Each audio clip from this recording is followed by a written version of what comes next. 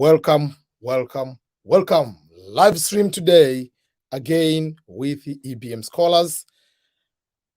How are you, everyone? I believe you are doing well. We are back again on another live stream, and today we are going to talk about a lot of opportunities. We are talking about scholarships, green cards in general, and the jobs. So those are the three things we are going to talk today. And depending on which one, but all these three are some of the things which most of you are looking to find is ways to go or to come to America or to go to other countries. In other countries, they are not going to have the way the green card, but it will be permanent residence, finding different ways. So I will go highlight expressing some of the few things, and then we can go ahead to start receiving the calls for people on questions on these issues. I made a video maybe like 2 weeks ago, and the video was titled Beyond the Green Card Lottery. Meaning, if you apply the Green Card Lottery and you don't get it, what are your other options? What other things are you going to do so that you can accomplish your goal? And in that video, I talked a lot about scholarships. Is another way for someone to go to reach their dreams.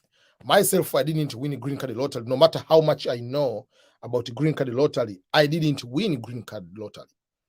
I got green card through marriage. So people should know that, because some people say, oh, EBM got his scholar. I mean, he's a DV lottery winner. No, I'm not a DV lottery winner. I got through marriage.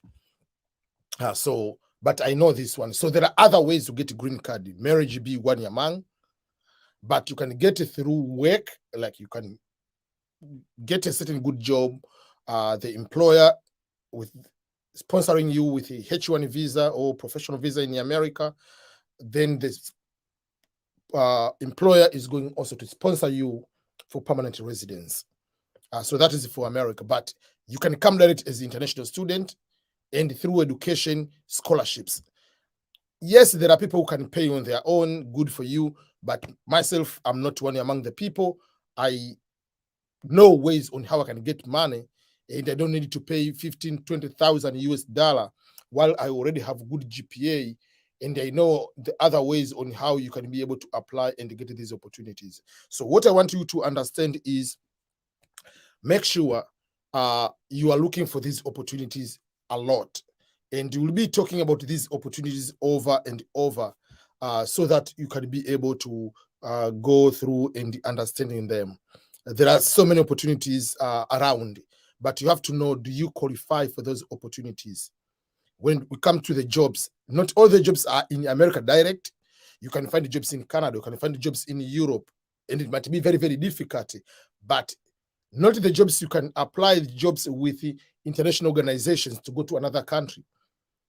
If you go to the what you call www.unjobs.org, you look on UN jobs, you can look on the duty station. The jobs are all over the world.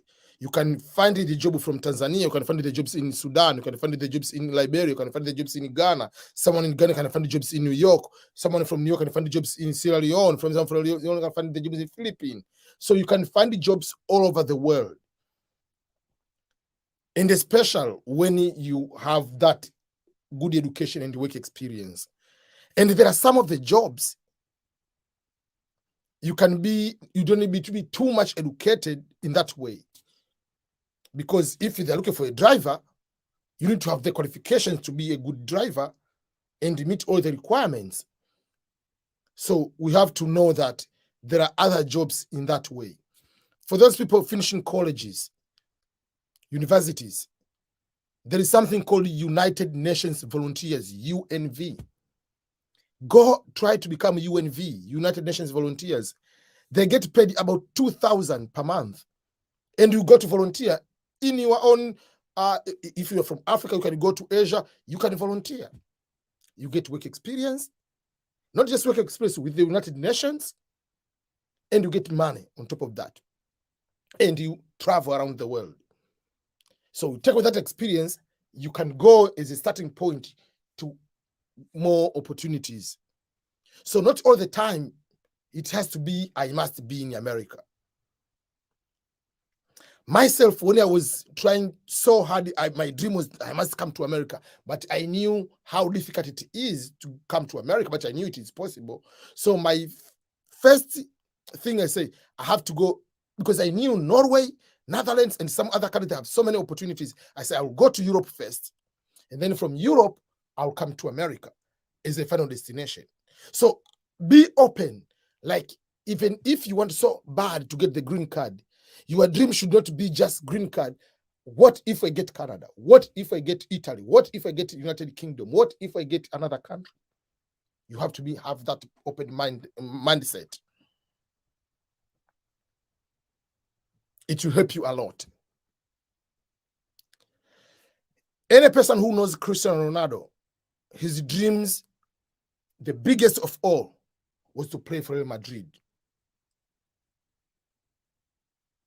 Since he was in Madeira, Portugal. But he didn't come from the very poor background in Madeira directly to Real Madrid. He had to go to Sporting Lisbon first, academy, played a few games. Alex Ferguson saw him, took him to Manchester United. He played at a greater level at Manchester United, but that was not his dream. Yes, he had a very good, his dream was to go to Madrid. Then he had to finish the dream. So no matter your dream is to come to America, not necessarily all the time you have to go to a straight line. I'm thankful, yes, my dream was to come to America, and I come direct to America, but I had my mindset, I'll go to Europe first, then come to America, because I didn't know at that time what other opportunities, what more opportunities do we have for someone to go from Tanzania or in Africa direct to America. There are very few. And even education I knew, but I didn't have money to start doing the GRE, TOEFL, and all other kind of things. So I knew in Europe, for instance, in Norway, back in that particular time, they didn't require even the English test. So I knew all those kind of things. But when the opportunity of America came, I jumped on it, and I'm thankful I got it. So I want to give you some of those ones to know that there are opportunities, but you don't need to be confining yourself to only one opportunity of green card lottery. You can decide, I'm doing my business here. Down the road, if I reach this stage, I'll find a way to get business visa, to expand, to go and get business from maybe in America, from Canada, or merchandise from China, from Japan, wherever, and bring to my country. So not all the time you must live on this one. You can come to get certain things you need to accomplish. Because some people, they have already, they enjoy their life, wherever they are. So not necessarily everybody must live permanently. It depends on your dreams or in that particular sense. So, okay, David, you say, I'm the first. Thank you so much. Everybody's doing good. Hello, Buona EBM. How are you? Greetings. I'm doing very, very good here. Thank you. Frankie, hello, EBM. Greetings from Kenya, loud and clear. Thanks so much, Barongo. How are you doing? I'm doing very fine. Now here it is 5:52 a.m. Can someone from Africa go to US with unskilled jobs? Yes and no. In the US, it will be difficult to come with unskilled jobs in the US. Very, very difficult. But I don't say it's impossible. For instance, if you hire someone, you have to prove, if someone is outside the United States, you have to prove that that person is very skilled in that job. You cannot get many Americans to do that job. That's why you can bring someone from overseas. So you have to go through labor certification and get that approval, which that's why in the US is very difficult in that particular sense.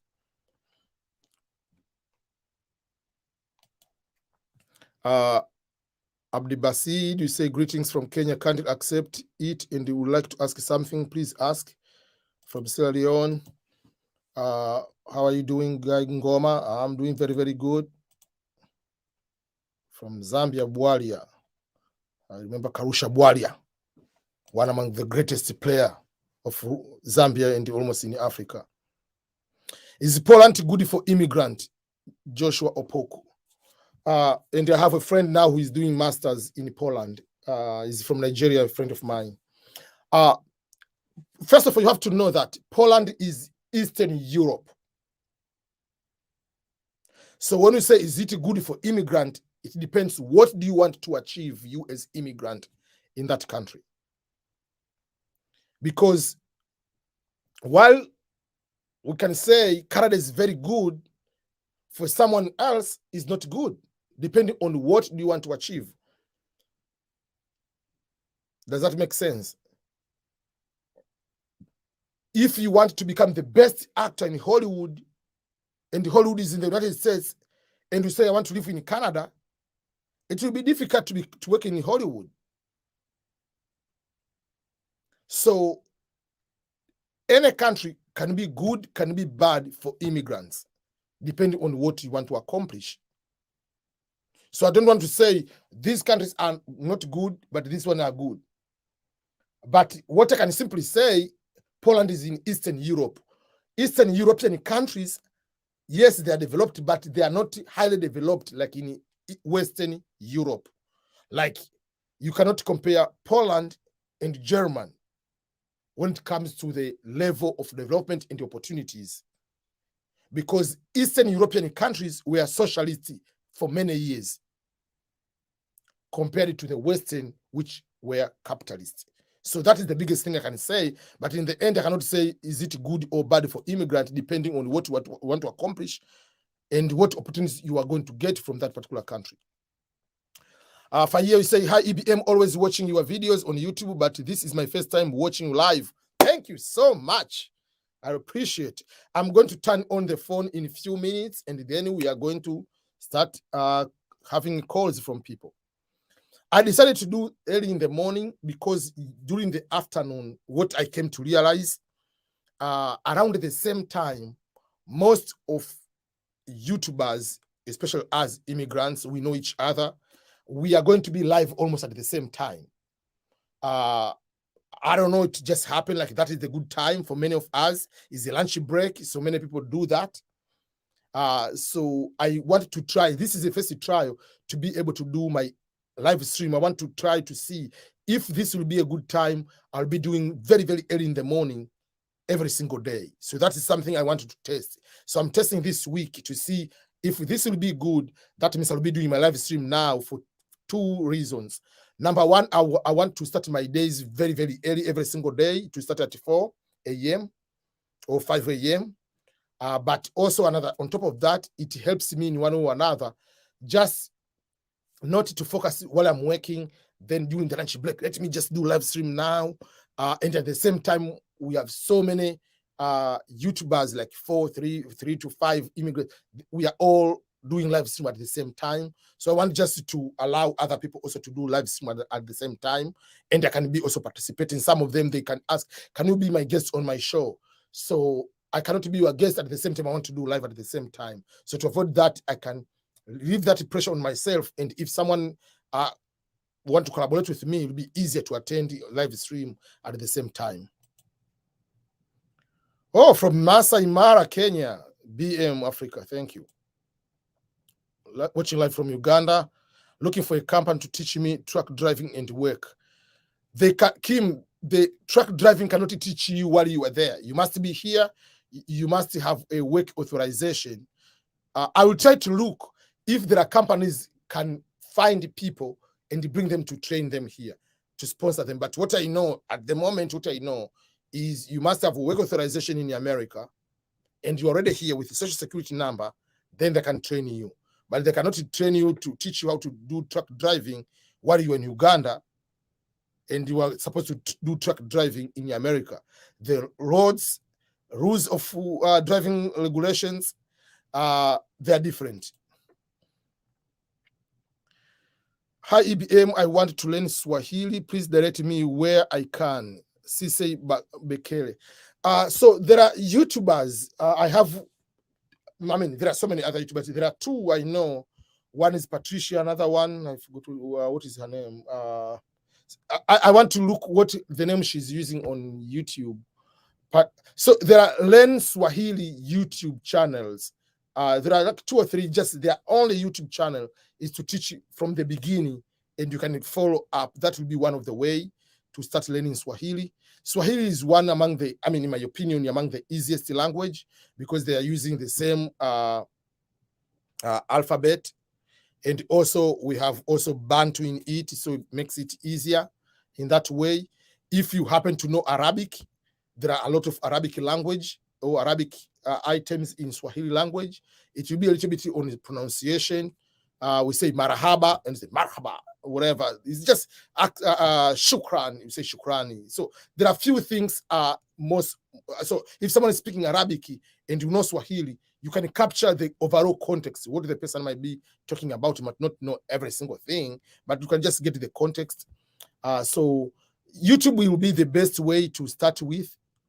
And yeah, I can just do that. That's a lot of learning materials. What do you want to go? Why is so much important about Poland? Have you been told there are so many opportunities? If yes, yeah. From Kisii, David, thank you.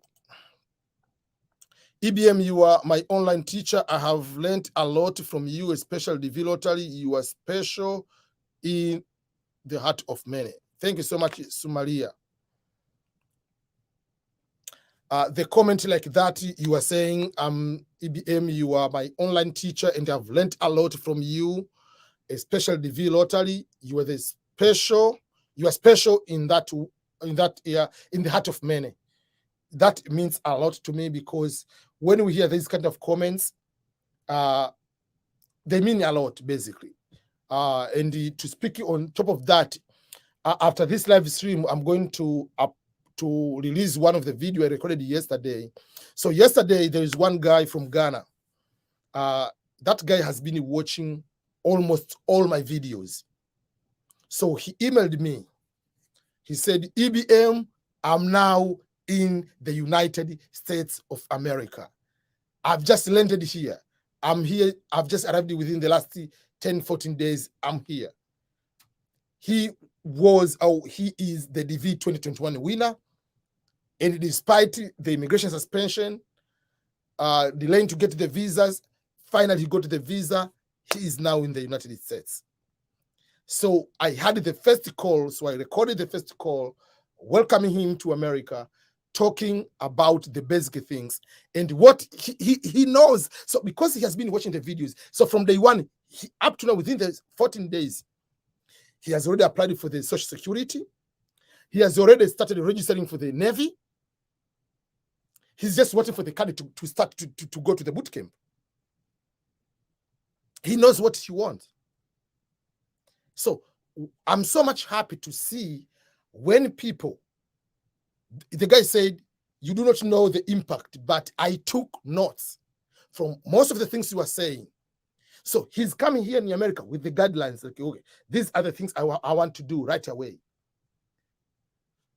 And I proud of him, very proud of him for what, I mean, first of all, to be here after winning, but to know, to have everything articulated, everything written down. It helps a lot for you not to waste the time. Because some people, they come here, even if you are winning the DV lottery, even if you come as an international student, or you come to, I usually tell the first, what is your ultimate goal? Are you coming here? You plan to stay here for 5, 7 years, then you go back. Even if a DV lottery winner, you can decide, I want to live in my country. I want to be here to have green card, whatever, but after some time, I want to go back to my country. Or do you want to stay here until you retire? Do you want to invest here or invest there down the road? So if you make those kind of decisions very early on, it helps a lot with the time, resources, what type of career you have to go, what type of education you want to invest in. So all those kind of things are very, very good. So I was so happy to get that call and to hear from him talking about specifically what he has started to implement within 14 days of being in America. And very soon I'll bring him as a guest so that we can have a call together and discussion, live discussion, and people can be able to ask him what are the things for the first time arriving in the US. It's very interesting. Each and everyone has different journey. Each and everyone has different cultural shock. Each and everyone has different perception and expectations. For me, things were different. The time I was coming to America is different from now, where you have already internet in your hand. You can see everything you want. That's number one. But majority nowadays, even if you're in your country, you can already experience Western life, Western food, going to the nice hotels, staying in the nice hotels. But back in the time, 2008, there were just a limited number of hotels of very high quality. And myself, I was just a university student. I could not have the money to pay $100, $200 to stay in those hotels. So you come here, you have never even been in those nice hotels. You have never experienced, you have never seen pizza, you have never seen this. So it is very interesting. But now people, most of the things that we experience, so that is not a big cultural shock. There'll be cultural shock onto bigger other things about even talking, whatever, all those kind of things will be different from one person to another. So Maria Muhammad, thank you so much for that comment. And I like yesterday when I was doing live stream, one person called and just said, I just want to say thank you. The guy from South Africa, what you have been doing. Those kind of things, they give us another type of energy. So for instance, today I have reached 80,000 subscribers. That is because of you. Because of you liking the video. Just by liking the video, you are forcing YouTube to keep recommending my videos. Just one small, go to the button, which is thumbs up button, click like the video. The more people are liking the video, the more YouTube is going to recommend the video. If you share the video, YouTube is marking that is going to recommend the video. If you haven't subscribed, please do so. We want to reach at least 100,000 subscribers very soon. We are 80,000 now. Today is a new milestone, 80,000 subscribers. For YouTubers, that they know is not easy. And especially this month of October, I appreciate the newer members of YouTube channel of EBMSCHOLARS. And thank you so much for returning subscribers, the subscribers who are returning over and over and have become like ambassadors of EBM to watch my videos, wherever I put the video, but also to keep sharing, to keep commenting, to keep doing good things for EBM. I really appreciate that. Thank you from the bottom of my heart.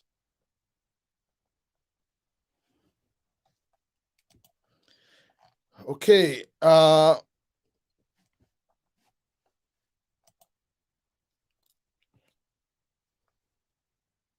Okay. There is a question from Ibrahim. So, how many IELTS or you wrote in the wrong ways, IELTS exam are there, and which one is good for scholarships? Yeah, so if you go to register, there are different kinds, one for work, for whatever. I think there is one is called general. I think general or academic. I have to remember what are the options they give. But I think it's just the IELTS general kind of that, which is used for academic admissions.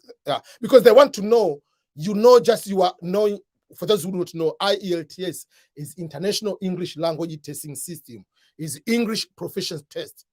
So there are a couple of them, but the biggest two is International English Language Testing System, IELTS, and the 12th test of English as a foreign language.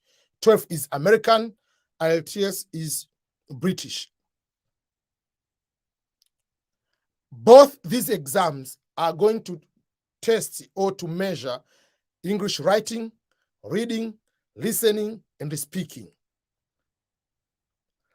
These exams are not going to test your level of education.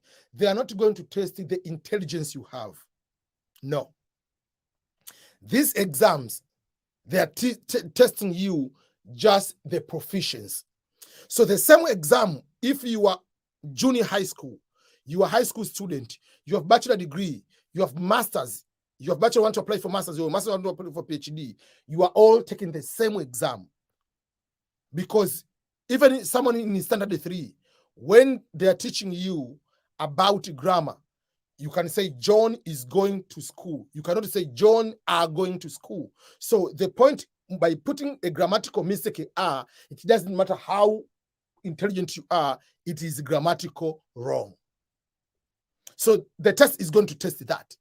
It's going to test it. When they ask you, I'm giving an example, what is your opinion about capitalism versus colonialism, capitalism versus socialism? They're not going to look about how strong points you're going to put there. So don't think too much about, I have to put these 2 very great points. They're not going to look about, do you like the rural life or urban life? They're not going to look about what good points you're going to put. They're going to look about grammar, the logical flow of ideas, that I have 5 reasons why I like the rural life. First, blah, blah, blah, blah, blah. Second, third reason. So when you said first, second, third reason, that is a logical flow, number 1. They're going to look when you say, we like watching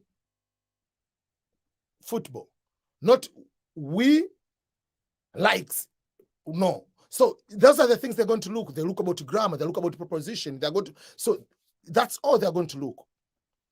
So when they, even on the speaking part, it's not about using the difficult words. No, it's using the normal. My name is Ernest. I was born in Kigoma, Tanzania. I now live in the United States. That is grammatically correct. It's not about putting the difficult word in the middle. They don't understand. They don't care about that. That is ignorance, using the complex words, think that is English. So you have to do a lot of exercises to pass that test. Trust me.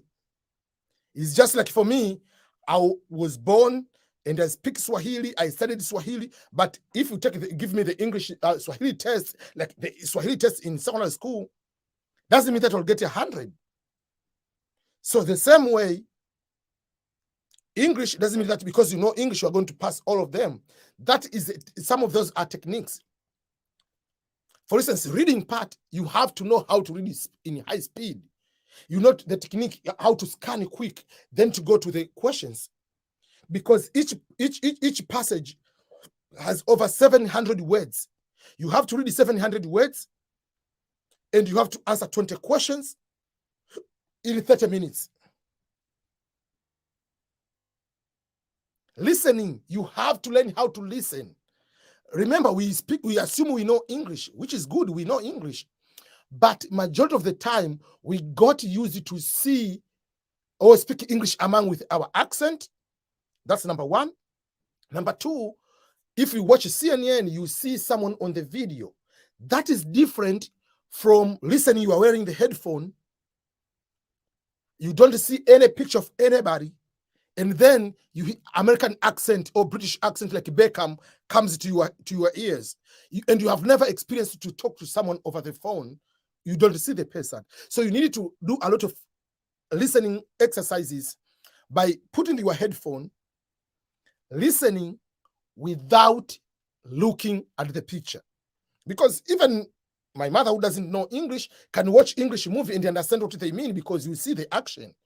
So you can see that I know English, but all the time you see the movies, you see the videos, whatever. No, I want you go and find the headphone, put the headphone and close your eyes and tell me what they say. Do you understand when Obama is talking?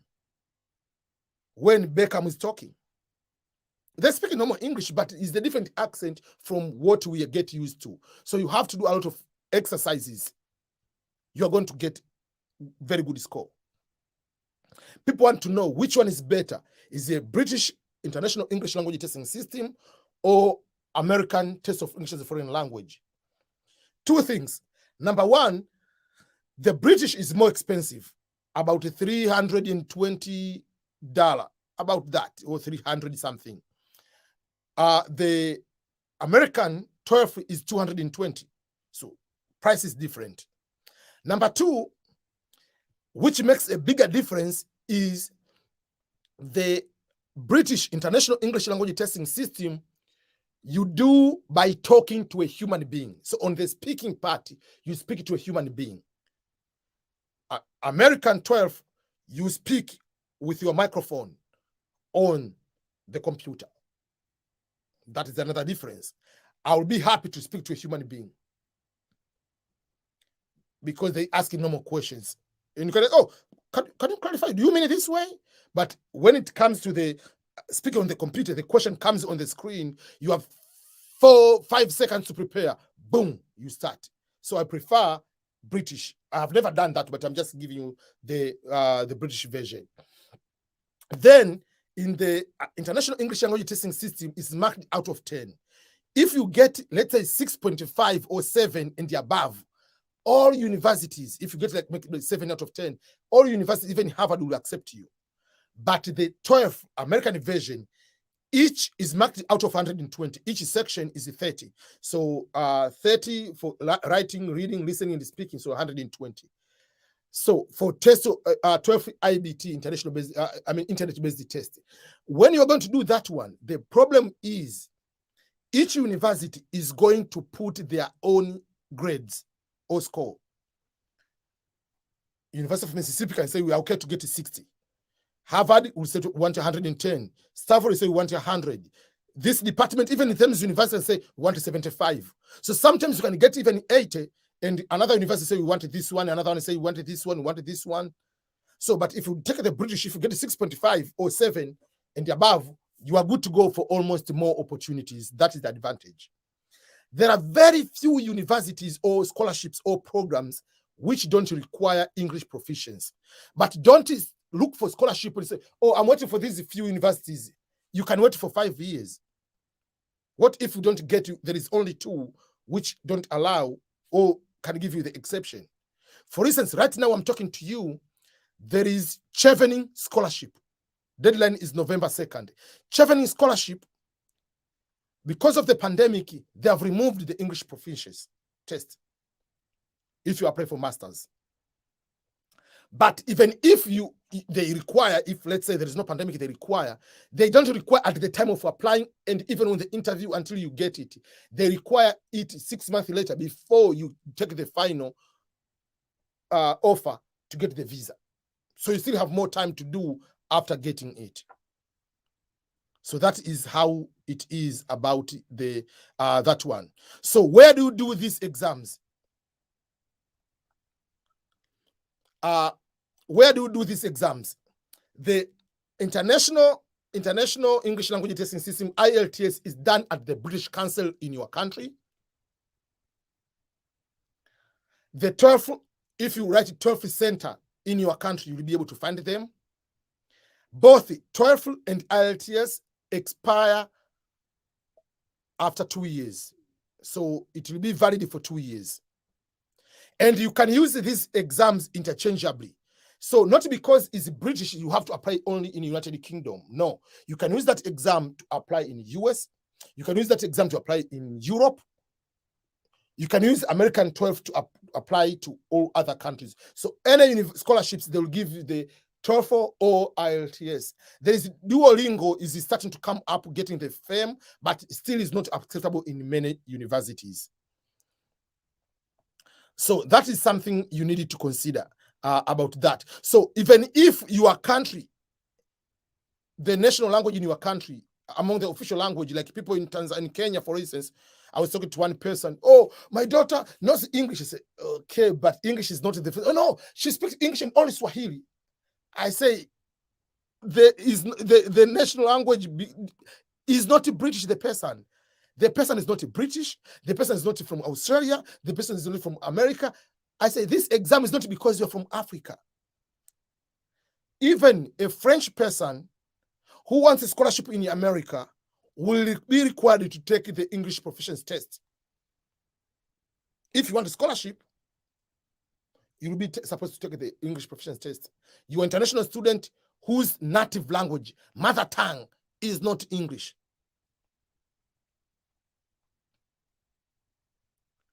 So if you are looking for scholarships, number one, do the English proficiency test. Fatma, you put a comment, hi EBM, I'm in Kenya, I have a bachelor degree in arts. Which scholarship do you advise I go for? Right now, just go write EBM Scholars Chevening Scholarship. I explained in detail about Chevening Scholarship, and it doesn't require the English proficiency test. Go and take go and apply.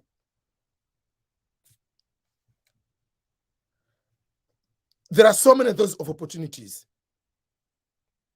but most of these scholarships are not for bachelor's degree. Very few for bachelor's degree. Most are masters and the PhD. For bachelor's degree, as I said, there are very, very few. I made a video about Berea College. Just go on my YouTube channel, write EBM Scholars Berea College. I broke down and even showed the form, how to go about it, what to answer on those forms.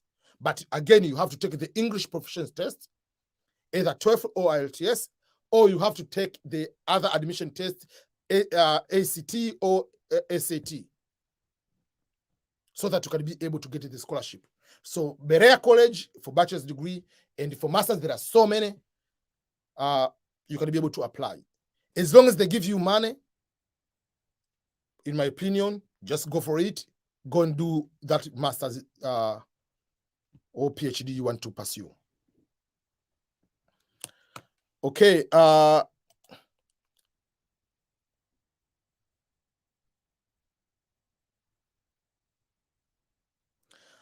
Assalamu alaikum. Can my auntie's son, who is in the US, apply a job for me in the US? Thank you. No, cannot. Cannot, because even if I apply for you, you need to have social security, you need to have work authorization. Cannot. Please, has been any interview scheduled for the V2022? Yes, Fanta. So many. And some already got the visa.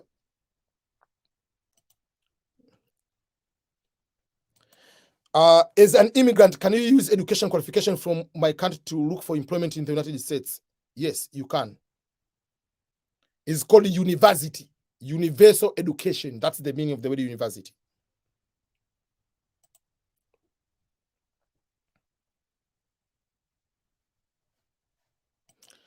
Can someone apply for US military while they're in their own home countries? No, you can't. Why?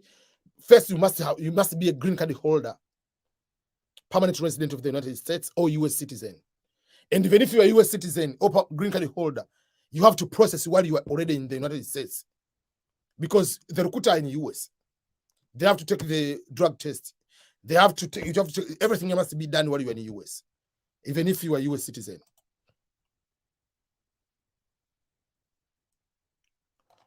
Okay.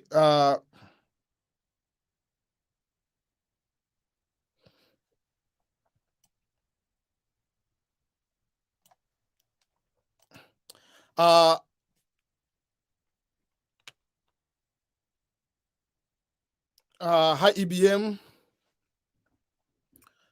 This is a very good question from Amazing Swag.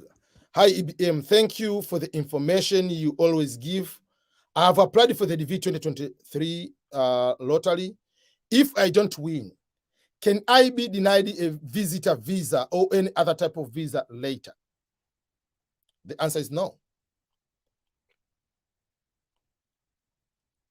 Why? The answer is no. Just assume how many millions of people. I mean, nowadays, because of the passport requirement, they are just applying 6 to 7 million people. But before the V2021, up to 20 million people were applying each year.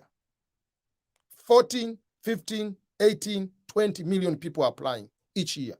So you want to tell me all those 20 people, because all these people who are applying, most of them, they have intention either to come to study or to go to visit or to become permanent resident. So at one point, they apply for other visa. So for that particular case, they cannot punish you just for applying. No. They cannot punish you for that. because otherwise no one could be getting the visa, because millions of people since lottery has started have applied for the DV lottery and they haven't won. And let me give you exactly the correct example. Myself, I've applied many times, even before the first time to get the visa to come to America. I applied, my first visa was 2008. But before 2008, I've already applied for green card many times. I didn't get. I came to US. While I was in US, again, I applied. 2008, 2009, I was Fulbright scholar teaching at the university, Marshall University. Then I went to Tanzania for holiday and I changed the visa. At the same time, I applied for the DV lottery and I didn't get it, and I got the visa and I came back. And even when you get married, they're not asking you, so did you apply green card lottery and you didn't win, so we are going to pay? No. There is no that regulation that if you apply and you don't win, you are not going to get any other visa. They could put that in the instructions. There is no that in instruction. So don't worry that if I apply for the DV visa, DV lottery, and if I don't win, my chances are gone forever. And thank you, Sumaila. You already answered. You say, Amzi, no, they won't deny you the visiting visa. This is the lottery. Yes, the lottery is vastly different from other kind of visa. So the reason you'll be denied the visa has nothing to do with the lottery. Let's say you are applying the visiting visa. You have to prove whether you have invitation letter from me, from your father, from whatever person is American citizen, or even if he's a governor, doesn't matter who is inviting you. You will be denied the visa because you have failed to convince the consular officer that I'm going to America and I will not come back. You have to convince that if I go there, I'll come back.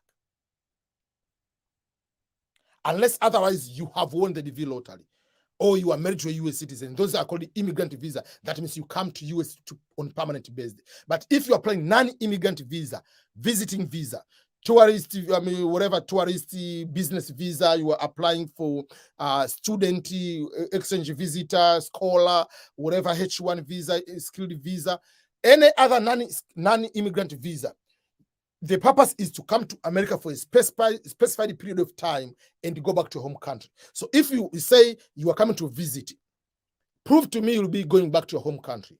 What assets do you have? What type of job, what type of business do you have? What did it force you to come back? Oh, I just finished my diploma. I'm looking for a job, so I'm still waiting. And you want to come to America? You don't have a job, even a job of $100 per month. You come here. Why will you go back? That's they're going to deny you. You are planning to become a student. Okay, who is paying for your school fees? My uncle will be paying for my school fees. And that university, how much is the total cost? $30,000 US. Okay. $30,000 US. You are going to do bachelor degree. Yes. 4 years, $120,000 US. If I convert with the Tanzanian shillings, that is over 250 million Tanzanian shillings. Okay. What's so special? The question is, what's so special? Your uncle, does your uncle has children? Yes. So if your uncle have children, why the uncle is not taking the children to study in America? They take you. Who are you to your uncle? To pay 120, and are you coming back to Africa? 120,000, and you come back to Africa. What course are you going to study? I like to study sociology, and you come back to get $400 per month. So if you take $400 per month, or let's say $500 per month, times 12 months, that is 6,000 per year, times 30 years. That is 120. Like, you are going to pay. That doesn't make sense. Like, you are paying all those money? No, they will deny you the visa. That's why we encourage people to get scholarships. If you get a scholarship, they cannot deny you because they cannot question, where did you get this money? They pay me. For me, I went to the first visa to US. It was the visa documents from the US government. I got the scholarship from the US government, from themselves, from the Department of State. So I gave the documents. I didn't pay even there is no even payment of the visa fee. We didn't pay because it was the government program. They gave me that. It called DS260, DS1, DS190, whatever, DS19, whatever. It's just like I-20, but the DS19, whatever, is for the people who are getting the J1 visa. So boom, that one. Then it came to the other part when I was coming as an international student to convert the visa. I had 2 letters with $60,000 scholarship to study for 1 year. So I go to the university, I go to the consular officer, US Embassy in Tanzania. I gave I didn't need it to have the fee or what the bank statement. It's just admission, I-20, and 2 letters that have been given $160,000. Oh, congratulations, man! You are in the US. Which state were you? I was in this state. Oh, that was very good. So congratulations. This is a lot of money. I say, oh yeah, it's a good scholarship. So are you, the consul asked, are you available on this day because we are doing some session here for people who want to come to America? Would you like to come here and just speak a little bit, just give some basics of challenges and everything? So, oh, sure, no problem. That's all. It didn't take more than 2 minutes. I got my visa. So, but if I go there, I like so much this cause, and it's my dream to go to America, and my uncle decided to pay for me, or my father. Your father, what is the salary for your father? That is the problem. So that's why we encourage people to get scholarships. So many people are getting denied the visa, not because you didn't win the DV lottery. Now they punish you. They don't punish you for that. You are denied because you didn't meet requirements. You didn't convince the consular officer that if you come to America, you are not going to disappear. You are not coming to extend and just live here illegally. That's why my channel, my dedication is to make sure that someone comes to America on proper ways. Legal ways to come to America. Legal ways to extend your visa. Legal ways to get good jobs. Legal ways to succeed. Those are the things we usually do here. Okay. So I'm taking my phone now. So we are going to make a phone call. I'm turning my phone now. Okay. It is very tough to use this type of phone. Trust me. It's very, very tough. So at this moment, you are allowed to make a phone call.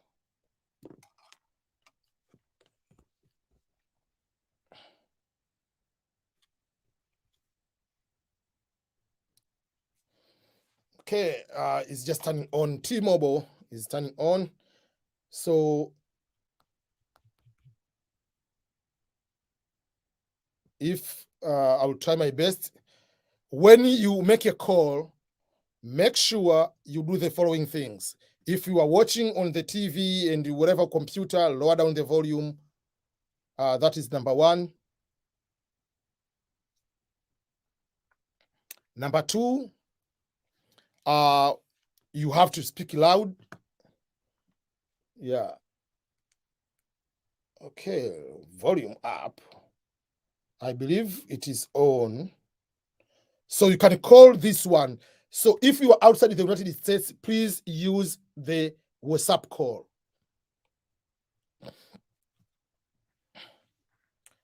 If you are outside of the United States, use the WhatsApp call to make the call. If you are US, you can call direct. Because if I respond to this call, overseas call outside the United States, I get paid, I have to pay more. Now, currently, I pay on a monthly basis. So this is a live calls at the EBMSCHOLARS show. Please, I just finished saying, this person is calling me normal way. I don't accept the normal call. No. Don't call the normal way. If you're outside the United States, don't call the normal way, please. Because they charge as international call. In the US, they charge the person is calling, person receiving the call. in case you didn't know that. Different from other countries. So live calls, please, I'm going to block you. The person who's watching me now with the Kenyan phone number, if you call again, normal call, I'll go to block it. Let's understand one another. I cannot accept international calls. I cannot accept international calls. You call on WhatsApp call. Just WhatsApp call, people.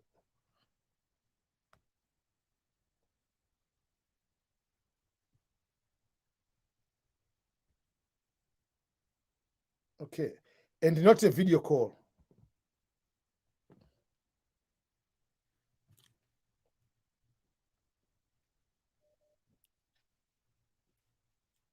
Hello, Ian.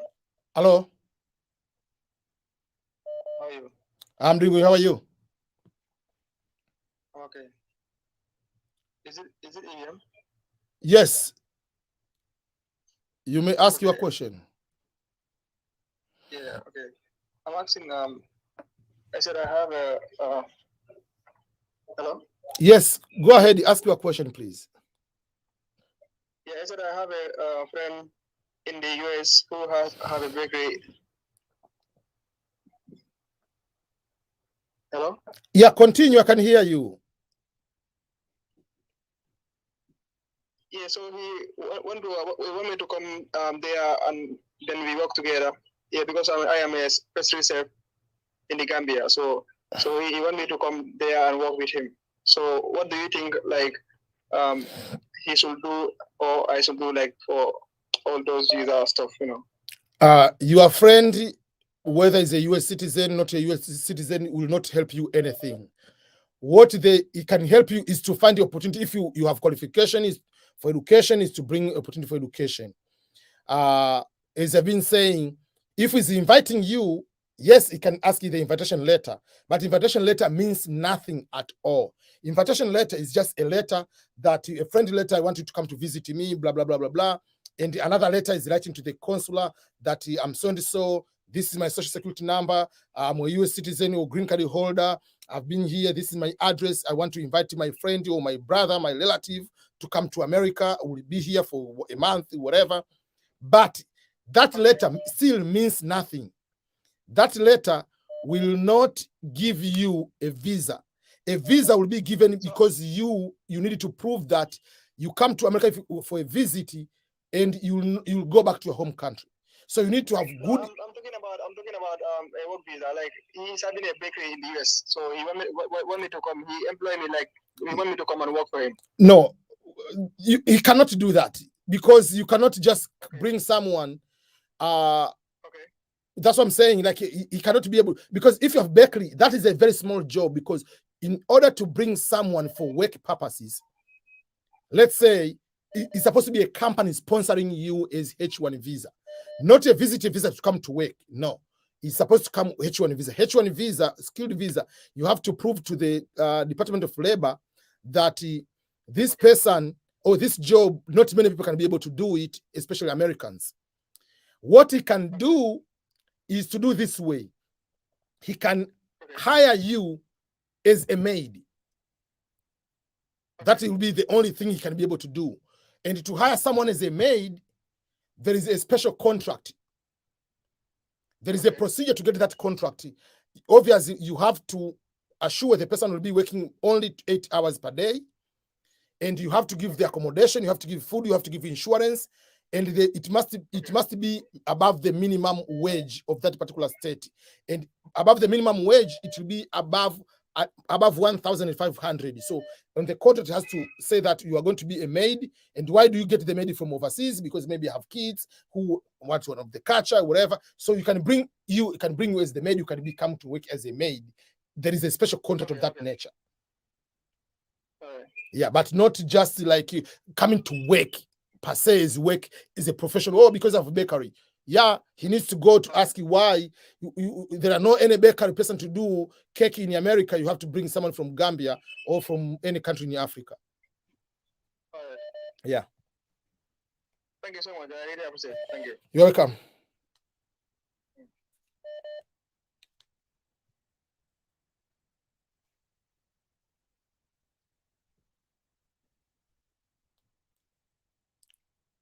Hello. Yeah, good morning, EBA. How are you? I'm fine, brother. Thank you for your helping. I appreciate you. Where are you calling from? I see 86. Is that China or where?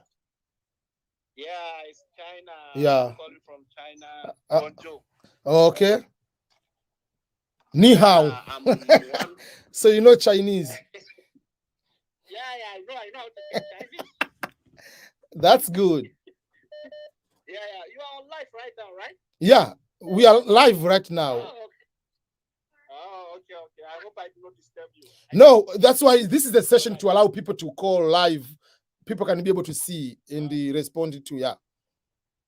Okay. Thank you for your help. I just have one question. Yes, please. Yeah. You know, I'm winner of I'm selective. Just say selective because it doesn't mean you already win. You understand? You are the selectee winner of 2022 DV Lottery. Yeah, I'm selectee, so I cannot say that I win because I did not get my visa. Congratulations. Still, even if your number is a 100,000 number, to be among those people is very, very lucky. 31. Oh, 31,000. And you are original from Africa, right? So you are AF 30,000. Yes, 30,000, 31,000. Oh, your visa is supposed to be around April. Wow, April next year, right? Yeah. So at the time you are eating Easter, you are eating jollof and pilau, those kind of things. My name is Osman. I'm Osman. Yes, Osman. Yeah. So I just want to know when my interview, because I already submit my DS260. Yeah. My wife and my child. Okay. Yeah. So what about if you your wife get born a baby? So can I add the baby? Yes. Add the baby. You add the baby, yeah. Okay. Yeah. But the first time I feel is only one baby. Maybe before April, I can have the second baby. Yeah. Another thing is you all are in China right now, or your wife and all in China. We are all living in China. Okay. So that's good. That means you process everything from China. Okay. Yeah. I'm passing my interview in Bonjour. Yeah. And just for your information, do you know the US Embassy in China is the biggest US embassy in the world in terms of the size? Wow. Guess the first one is? The first one is the US Embassy in Iraq. Okay. The size of the geographical size of the US Embassy in Iraq is bigger than the size of the entire Rome, the city of Rome, or the country of Vatican. Okay. Yeah. That's good news for me. Yeah, so that means it's very, very big. So they will process it faster without a problem. Okay, they will process me faster, right? I mean, when the time comes, yeah, there will not be like these smaller embassies. Maybe they have fewer staff, whatever. That is very, very huge. And the US ambassador in China is very, very big position. Okay. Yeah. Thank you very much for your information. May God bless you. Thank you so much. And yeah, and which state will you be staying if you come? North Carolina. You know, I have brother in North Carolina. I use my brother's address, but he's a student. Okay, no problem. They don't care whether he's a student as long as it's not illegal, but there is no problem at all. North Carolina. It's illegal. It's legal. It's not illegal. Yeah. North Carolina is yeah. North Carolina is a very good state. I have this number. So in case God permit, I got the visa, everything. When I arrive, I'll call you. No problem. I'll be happy to talk to you and have interview with you. Okay. Thank you very much. Yeah. Thank you. Okay. Bye-bye. Thank you. May God bless you. Okay, thank you. Yeah. North Carolina is a very good state. I've been there twice, I think. Yeah. Hello? Hello? How are you, sir? I'm doing good. How are you? I'm fine. I'm fine. My name is Faya Kabakoli, and I call from Liberia. I normally follow your video on YouTube, and this is my first time watching. Thank you for everything. Thank you so much, sir. I really appreciate it. Yes. I want to find out something from you, sir. Yes. Okay. My fiancée won the DV 2022 DV lottery, and she added me and my daughter to the program. I want to know, sir, what are some basic requirements and what are our chances are to get the visa? Number one, U.S. government doesn't care about fiancé. Get married right now. There is. She was my fiancée when we played the DV, but we have already gotten married. Okay. So, okay. I was wondering if you are still fiancé. Okay. So, if you got married and she added you, there is no any problem. What the requirement is very simple. Does she have high school education and above? Yes, sir. Yes, sir. What is the high level of education?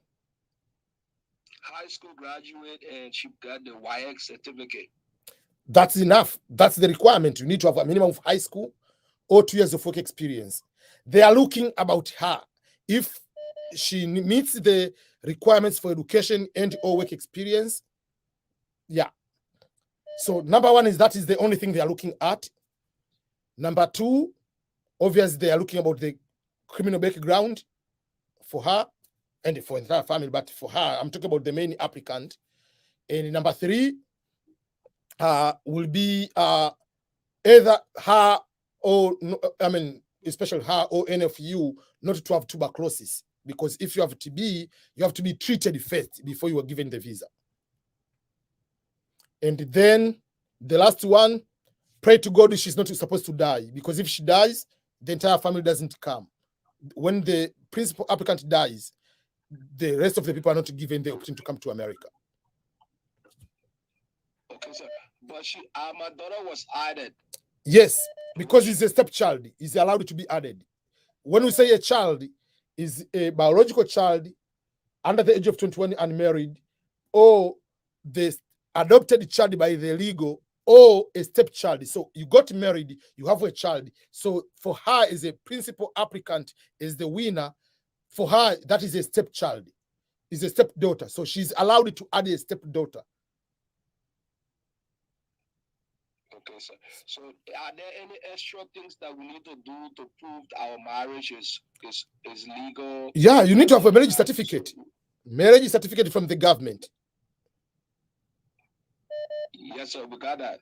That is the number one. But just in case you have the pictures, because you got married for someone after winning, you need to have other things. If you have pictures, anything, any other evidence to prove the wedding celebration, whatever it is, just go with them, just in case.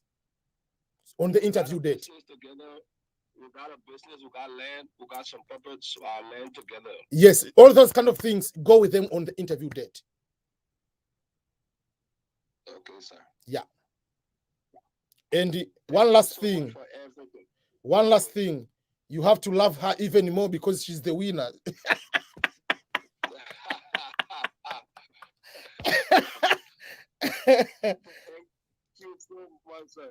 Enjoy the life. Which part of Liberia are you? Are you in?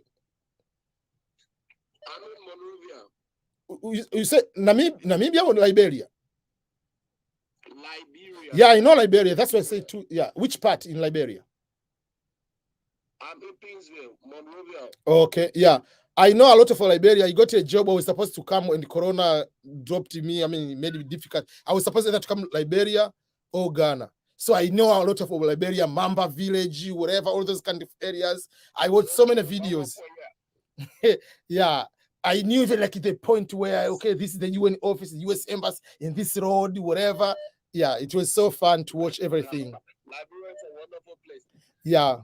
And one of the things I like about Liberia, when you go to ATM, there is a Liberian dollar and the US dollar account, so you can draw the money whatever you want, the amount of money you want. Yeah.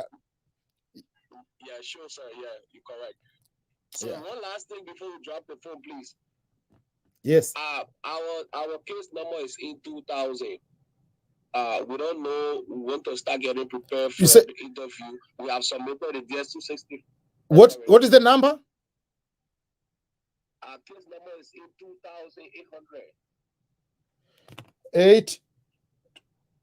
2,800. 2,800? Yes, sir. That means you are talking the number below 3,000. Yes, sir.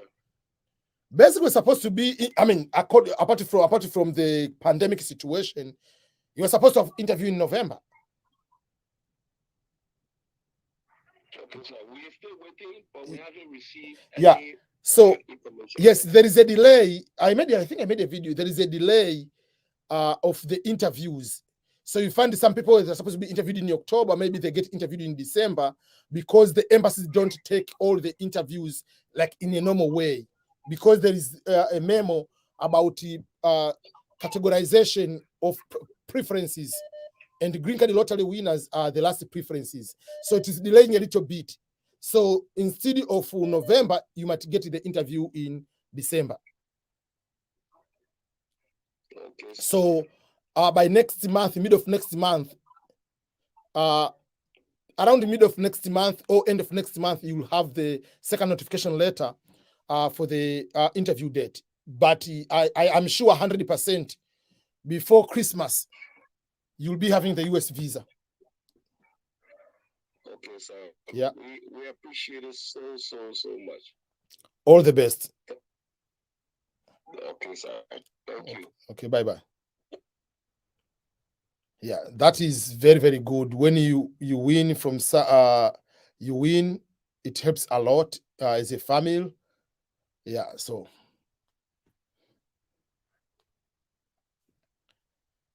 hello. Hello, Mr. Ibrahim. Yes, sir. Yeah, this is Milton from Bahrain. Calling from Bahrain. Oh, how are you? Yeah, I'm fine, sir. I have two questions to ask right now. Yes. I'm a DB lottery winner, DB 2022. I'm a DB lottery winner. Wow. 2022, EF17K. First of all, congratulations. And what do you say case number around? EF17K. Is AS or EU or AF? AF, Africa, okay. And the Africa, which number? 17,000. 17,000, okay. Yes, sir. Yes. So when do you think I can have interview? The interview for 17,000 usually is around February, March. But okay, so because of the delay, it can go up to April. Okay, so no problem. What if you have a tattoo? Will you deny the visa? What? If you have a tattoo, will you deny the visa? They don't care if you have tattoo even in front of your face. As long as it's not a gang tattoo, they don't care. If it's gang tattoo, they'll be investigating if you're a gang member. But they don't care about tattoo. Okay, thank you. Yeah. Okay, thank you very much. Yeah, so don't worry about the tattoo. They don't care. Those are minor things here. If first of all, if you're in the military and you don't have the tattoo here, people are surprised. Majority of people have tattoos here. Is normal. Yeah. Okay. Yeah, and if you have in your hand and you don't want them to see, yeah, you don't. You wear a long sleeve. They don't see. They don't ask about do you have tattoos. Okay. Yeah. Okay. Yeah. So don't worry. Okay. Oh.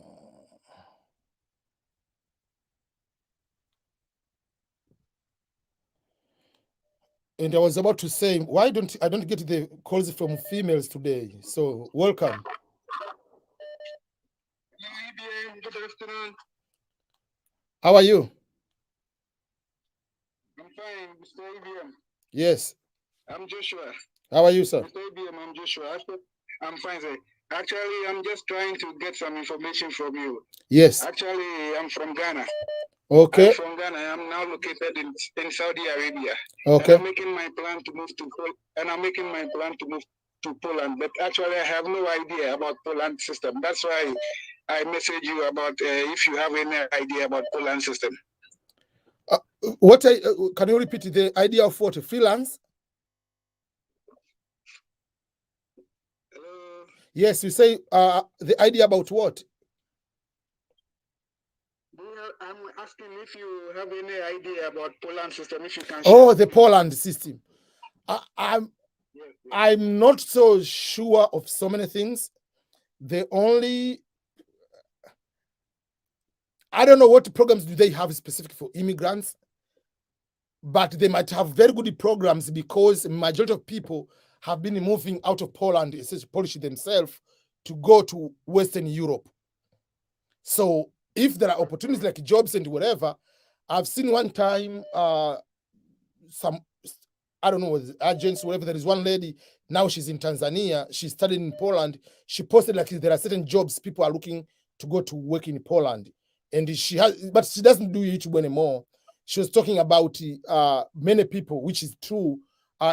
Polish have been moving to, are moving to other Western countries of Europe. So for that particular case, there is a scarcity of labor or opportunities. So it is easier for someone to start in Poland and then go maybe to other countries later. So I'm not so sure about the details about Poland. But I might try to ask, and what maybe I can. Yeah. Actually, I was planning to get my way to Canada, but unfortunately, I'm high school graduate, and then I think it's difficult to go there with high school graduate. So I'm trying to pass through Poland and then find my way to Canada later. Okay, that's a good idea. That's why I usually tell people, don't, if you are dreaming to go to Canada, don't like force everything you must go to Canada. If there is another way to go through first, find that way first. And other things will follow from there, yeah. In fact, you have been helping me a lot because I always watch you whenever you come online. Thank you so much, sir. I appreciate you. Yeah, thank you as well. Okay, bye-bye. Have a good day. You too. Bye.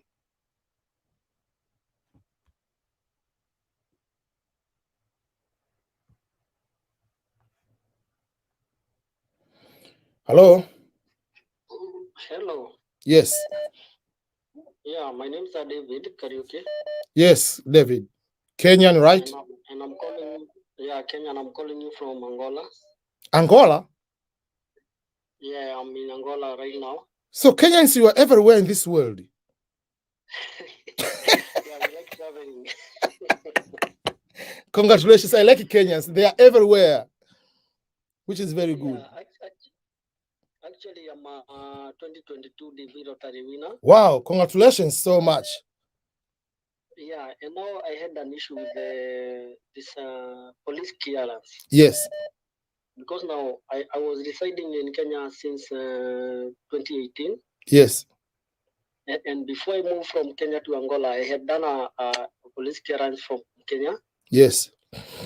And now here in Angola, I did, as soon as I got the news, okay, I have been selected for further processing, I did a police clearance here in Angola. Yes.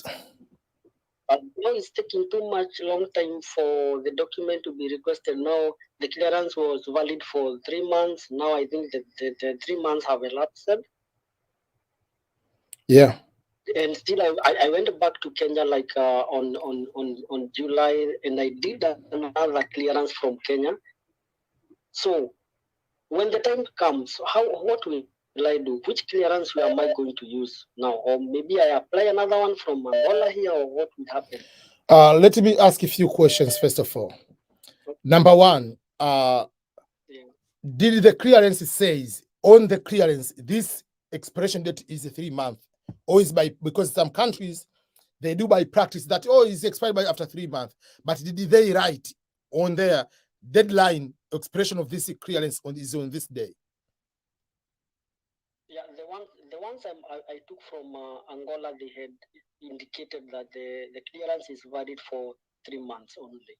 Okay, that's yeah. Okay. But the one I took from Kenya, it just stated that I don't have any criminal record and blah blah blah. Yeah, so the Kenyan one, you'll use the Kenyan one. To be in a safe side, the one from Angola, it will be better to get the newer one. And that's why usual it is, I mean, it's a good idea to get it depending, but if you get it very, very early, that is the problem. Yeah. So how many days does it take in Angola to get the clearance? In Angola, we don't take for too much time, because now, you know, every system in the world now, it depends whether you have something in your pocket. Maybe when you need the clearance to come out very fast, you just have to do something. So for that particular case, just in Angola, get the newer one. When the time comes, get the newer one. Okay, Yeah. thank you. But when you get the newer one, the one you send to KCC, you use the same one to go to the embassy. There is no problem. Even if it has expired, but you can use the same one. But don't send to the KCC, the one which is expired, but you have the means to get the newer one. But the one from Kenya, because it hasn't indicated that it has expired, you can use that one. And because you haven't traveled back to Kenya since you got that one, you can have justification that I haven't done any crime in Kenya because I've never been back to Kenya. So that one will be valid. The last time you were in Kenya, you were cleared and you have never gone back to that country. So there is no way you have any crime in Kenya. And about the translation, should I be required to translate the Angolan one, because they are issuing in Portuguese? Yes, it has to be in English too. Okay. Yeah. Any document sent to KCC, it has to be in English. Okay, thank you very much. Yeah. All the best in the processing. Which state will you be staying if you come to America? I'm planning to stay in California, because I have one of my uncles residing there. Which part? In LA, San Francisco, San Diego? Or you do not know? No, San Francisco. Oh man, that is so expensive. If you have any other option of any other place. It's better. Oh man, but you'll enjoy it. The weather is very good, like in Africa, but California is expensive. San Francisco is the west. Afterwards, maybe I'll change. Yeah. Okay. Okay, thank you.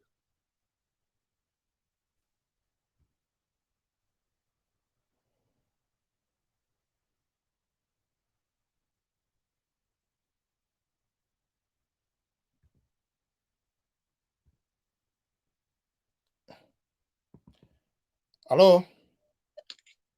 Hello? Yes. EBM, how you doing? I'm doing good. How are you, sir? I'm okay, sir. Wow, thank you for the show, man. You are welcome. Appreciate you a lot. I'm just trying the new thing. I want to hear from people if this one would be a good idea to be getting the calls from people. Yeah, that's a good idea. It's a good idea. We'll be able to ask you questions and tell you why, what they are running after and what have you. I'm glad. Thank you. Yeah, I'm calling you from Liberia. Okay, good. Welcome. Yeah, so now I got a scholarship to study at the University of Arizona Computer Science. Congratulations. Yeah, but the scholarship is $12,000 per academic year for the full year. For the first year. Well, yeah, $12,000 per academic year, and it runs for 4 years. Okay. You are going to study bachelor or master's or PhD? No, Bachelor's. Bachelor computer science. So they pay for the first year only. Yeah, they pay for the first year. Depending on the grade, the GPA, then they'll give you they'll give you a full funded scholarship. That's how it works. Yeah. So usually, like you said, most of the scholarship usually they give, yes, it can be for 4 years, but depending on your results. Yeah, family, yes. So the more you get good results, which I believe in America it's easy to get all A's or B's plus whatever, you'll be able to continue with the scholarship. That's good. Yeah. So, but now, yes, like my interview is in November. I'll be going for my interview in November. And so I want to know where's my chances of getting a visa. So that's why I call. The chance of getting the visa is very, very high. The reason I'm saying is because if you have scholarship, it's very rare you will be denied the visa. The challenge is when you have to show that I'm going to pay on my own all these thousands of dollars from my pocket. The point is, why do you need to spend all this money while you have the same degree in your own country, which is cheaper? And in the same degree, but for you say, I have full scholarship, so it is easier. They will congratulate you in order to get that one. Apart from that, they will ask, how did you get the scholarship? Like, how the process? They want to see, like, oh, I did these exams, I did this, I did the application, I did write to the essay. Just they might ask you those kind of questions. What is your plan after finishing? Obviously, you have to say, I'm coming back, even if deep down you know what you are going to do in your heart. But yeah. Yes, I understand. And Yeah. I got a sponsor. My father gonna be sponsoring me too. Okay, that is very good. Yeah, so you have higher chances of getting that one because you have scholarship. And two, even the nature of the program itself, you say, I'm going to study computer in the first world, it makes sense than I'm going to study sociology in America. I'm going to study political science in America. Oh man, these are normal social science courses you can study here. But that is a technical, yeah. Yes, because university in my country, they offer computer science, but it's not compared to America and other parts of the world.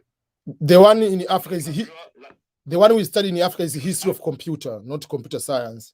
So yeah, so that's it. So going to study computer science, getting a bachelor degree, it will enable me to get a better career. Yeah. Come back to improve my living standard, and also, and I want to open my own company, my tech company. I'm having to come back after my study. That's good. Yeah. So that's it. I said, me call, at least you could give me some idea and where's my chances of getting a visa and what have you. But my interview is this November. It's next month. I already got an interview date for next month. And when are you going to start your studies? In the spring? Yeah, spring, January 12th. Okay. 2022. Okay. And Arizona is Arizona is a very big state. I mean, it's very, very hot. It's desert, but in Tucson. I'm gonna be in Tucson. Okay. Yeah. Okay. That's good. Yeah. So I just call. At least you can give me some idea because you got a lot of idea and you went there to study too. So I decided to call you. But I appreciate you a lot. At least you are educating. You are educating. You are educating more people on traveling because some people don't have the idea and don't have that technique, and you have it. Yeah. Thank you so much. Yeah. So that's why I appreciate you a lot. Yeah, and I pray to God I get my visa, I come there, I will visit you, I'll be on the show live. Trust me. I can't wait for that. It will be a good opportunity. I'll come there and be on the show live. I'm gonna go live on your show. I'll be so happy. And it will be my first person from Liberia to be on my show. By the grace of God. Okay, thank you so much. Yeah, so I can get you on the number anytime, right? This one I usually turn it on most of the time I'm on live, and in order to avoid any my brain complication, I usually turn it off. What I'm going to do, I'm going to screenshot the number, and then I will text you on my personal number. This is EBM number for the live show only. I took the picture of your number. Okay. Just take the picture of my number and send me the message. Then we can start communicating from there. Okay, no problem. Okay, I appreciate it. Take care. Thank you so much. I really appreciate it. Thank you.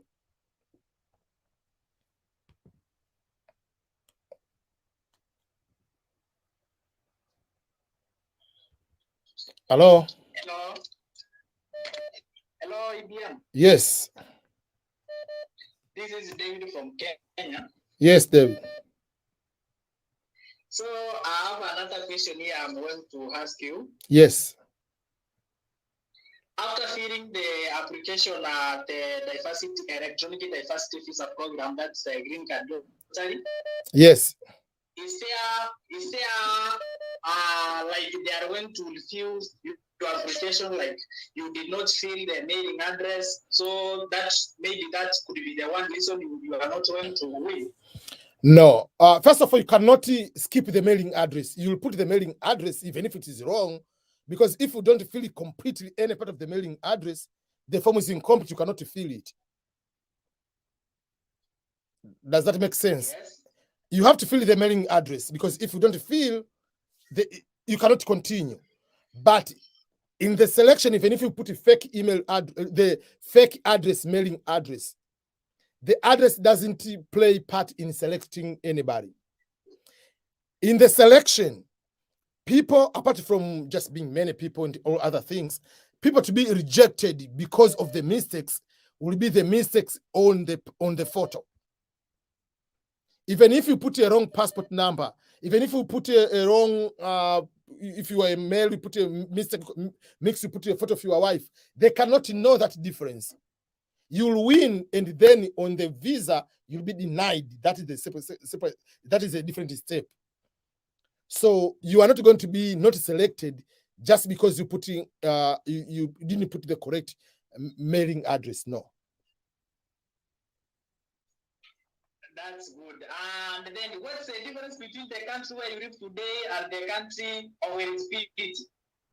The country where you live today and the country of who? The country of eligibility and the country where you live today. When you are filling the form, there is a part where they tell you choose the country where you live today. The country of eligibility is the country of birth. The country where you live today doesn't mean that you must be living the country where you were born. I have been on the calls here. We see there is one guy from Kenya, born in Kenya, but is now lives in Angola.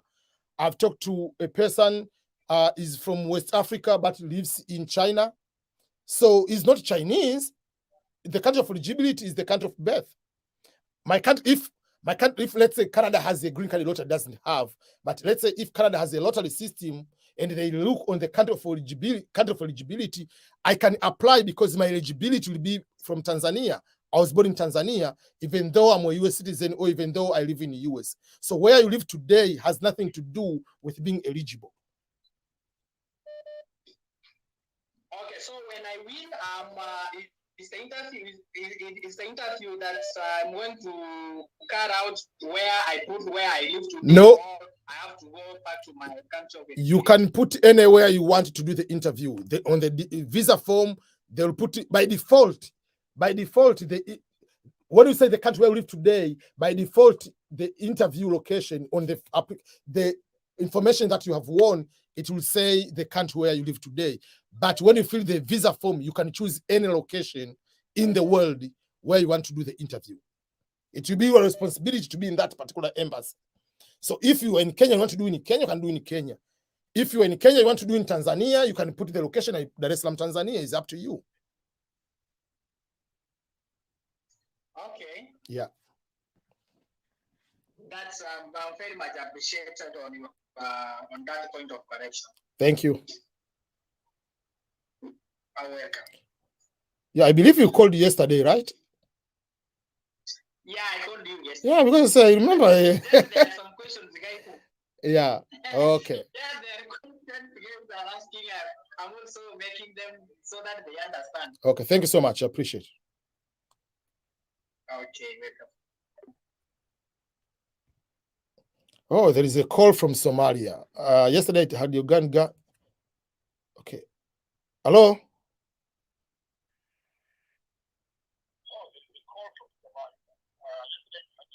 EBM. Yes, hello. I'm calling from Somalia. Yes, how are you?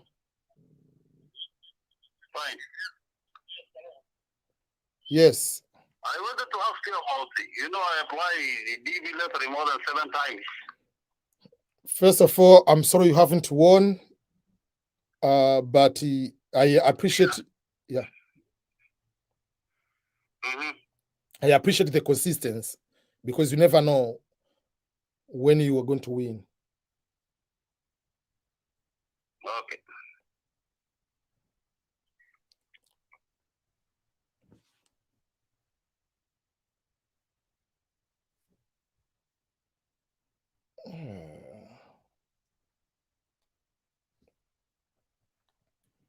Hello. Hello.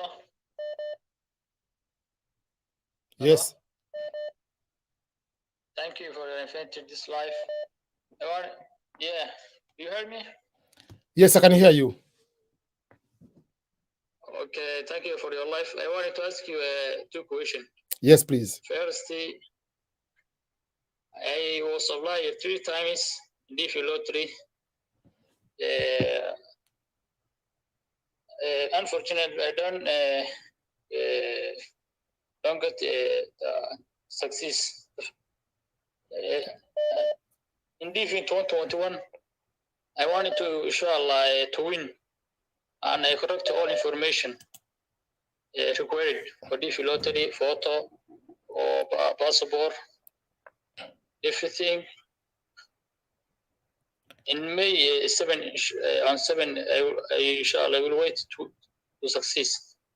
So which embassy, next question, which embassy after I won this DV 2013 is near? I am from Somalia. Which embassy is better to go, Kenya or Djibouti or another one? So if you are from Somalia and you live in Somalia, by default, the location will say in Kenya, in Nairobi. But when you are filling the visa form, it is your preference, whatever you want. If you want to do in Djibouti, you can do in Djibouti. If you want to do in Nairobi, you can do in Nairobi, Kenya. That will be your preference.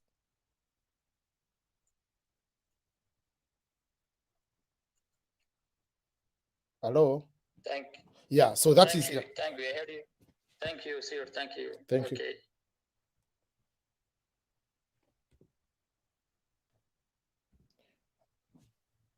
Okay.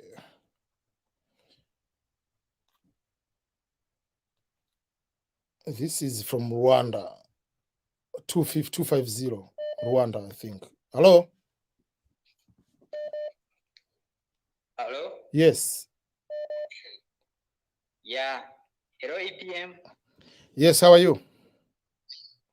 I'm fine. I'm from Rwanda. I'm Batin.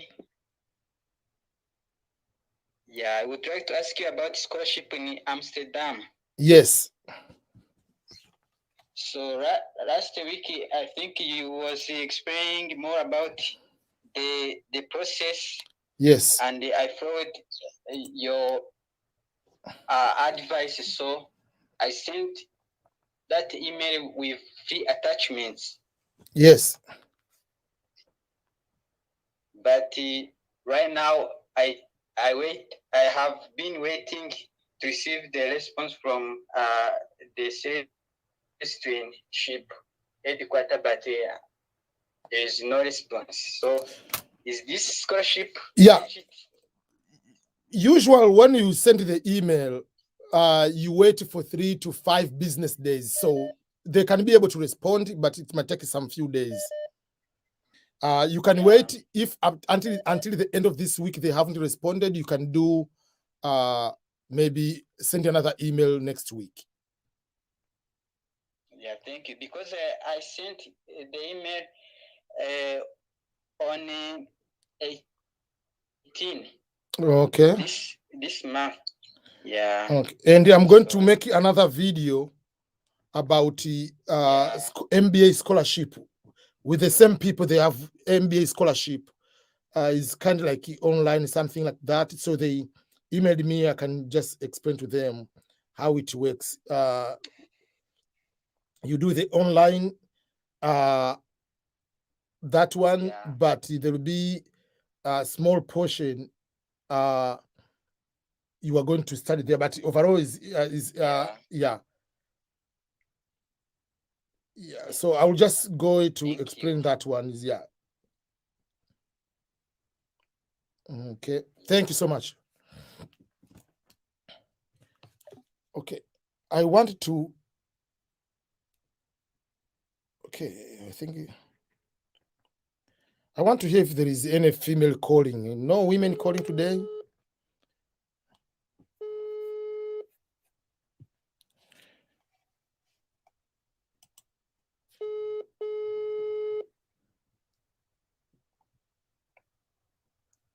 Okay, so I wanted to quickly go through some of the questions here. First of all, thank you each and everyone. Now we are 80,000 subscribers.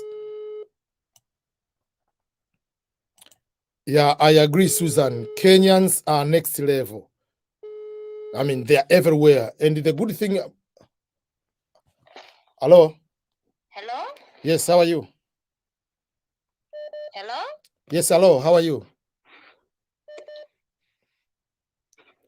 Hello, how are you? Oh, these people, this person called me, is from Kenya. And I think it was the beginning, so I was returning, missed the call, and then he's wondering who's talking. Hello? Hello?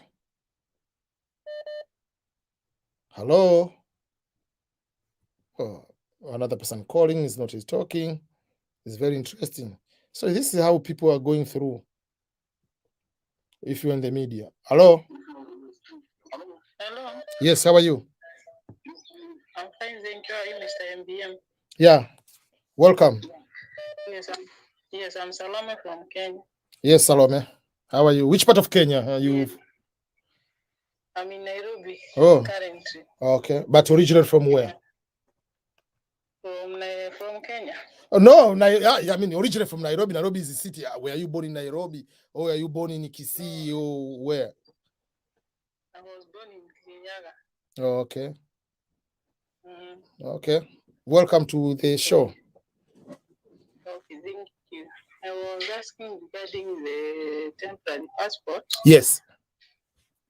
Yes, they put an application for the week 2023. Yes.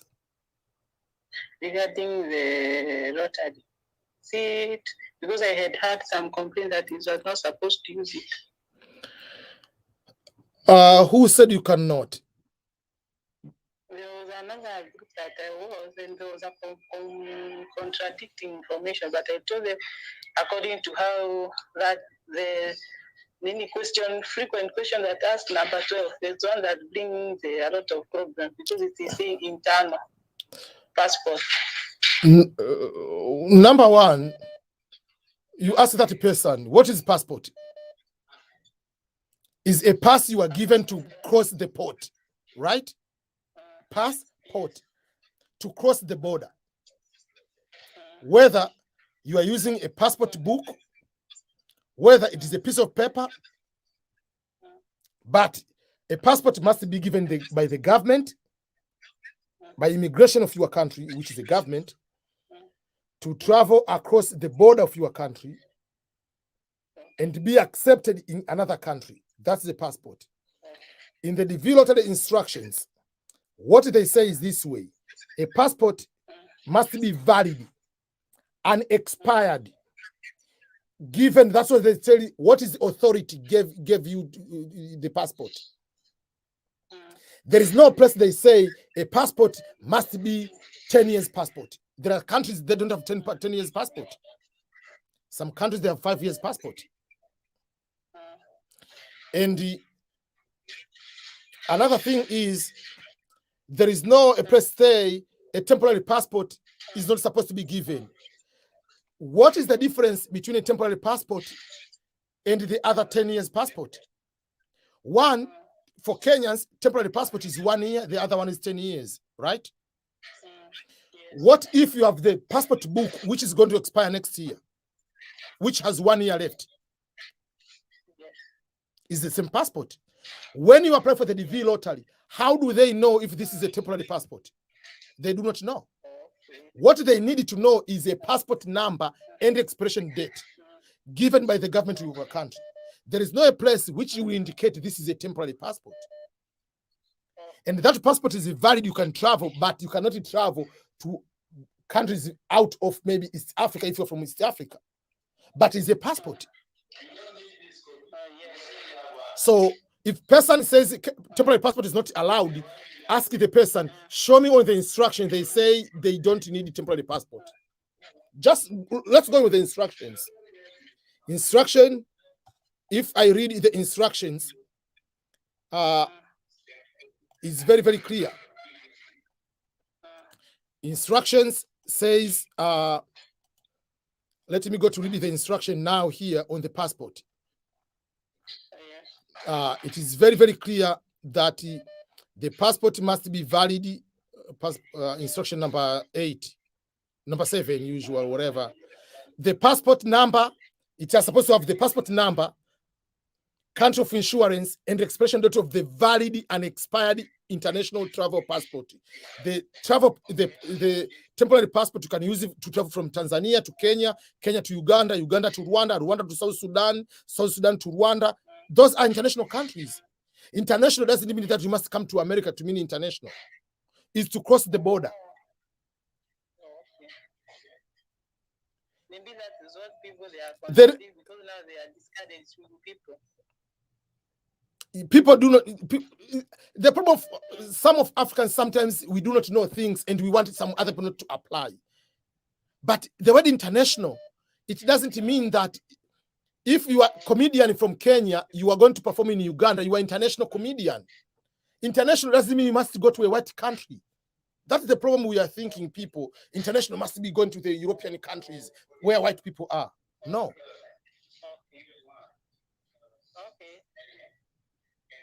So you are allowed to use the international passport, which is a temporary passport, because it is a pass which you can cross the airport, you can cross the port, you can cross the border of another country legally. So when you win, you go with the 2 now.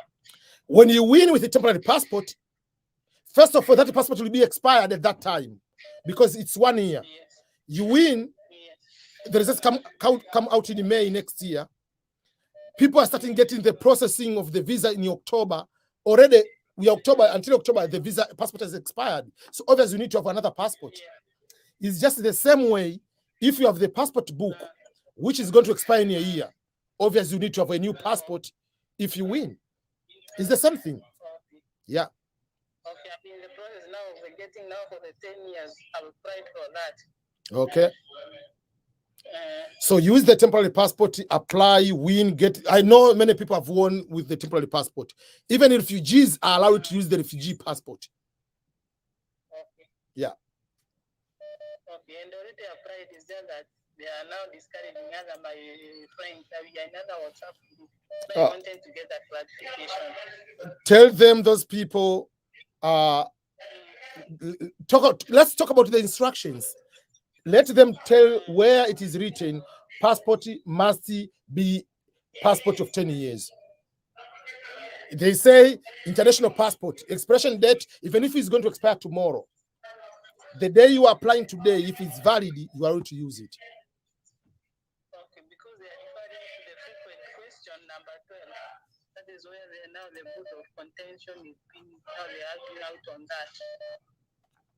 that. Just one.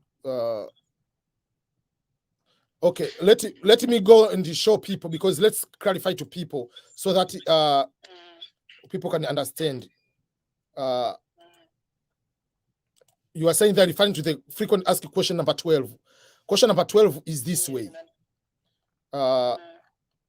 Question number 12 is, why do I need to passport to enter the DV program? Are there any exceptions? Requiring a valid and expired passport adds security to the DV process, helps to protect your entry. In a simple explanation is this way. We don't want to have scam, because I can write Ernest Makulilo as the applicant and you put your photo, but you're not Ernest Makulilo. By having the passport, I'm separating. We have to have individual people who are applying are the one. The rule does not apply to children and the spouses of the principal applicant. That means it cannot be dependent. The passport must be valid for international travel. It cannot be valid for international travel. Means, it must be valid.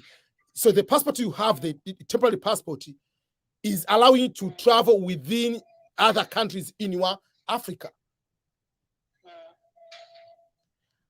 In the US, we have what we call passport card. The passport card is the card allowing me to travel within the US, to travel US, to go to Mexico, to go to Canada. I'm giving an example. I'm going to say this for those people are going to see. People are able to see this one is what we call the passport card. Different when you apply. So this is a passport card, is allowing me to travel international, but to go to Canada or to go to Mexico. So if I don't have this one, I can travel with this one. So the problem, people don't want to respect the passport of their own countries. So this is what it says. Internal passports issued by some other countries are not valid for entry purposes. First of all, internal passports of some other countries. Did they mention your country there? No. So forget about it. So let's say if Canada is applying, there is a Canada is they say you have to apply, and they say you can use the passport. Can I use this one? This is international passport. It's a passport card given by the US government with a passport number. I can use this one. Yes, I can travel with the region. I cannot travel this one to get into Tanzania or to go to Kenya with this one. I'm not allowed. But because we are in the same region of North America, I'm allowed to go with this one in Mexico. I'm allowed to go with this one in... It says it is valid only for international land and sea travel between the United States, Canada, Mexico, Caribbean, and Bermuda. This one is allowing me. So the passport you are given in East Africa is allowing you to travel to Tanzania, Kenya, Uganda, Rwanda, South Sudan, East Africa. In West Africa, they have their own temporary passport. So why to travel within East Africa to become a crime, but to travel within US, Canada, wherever, to become a passport?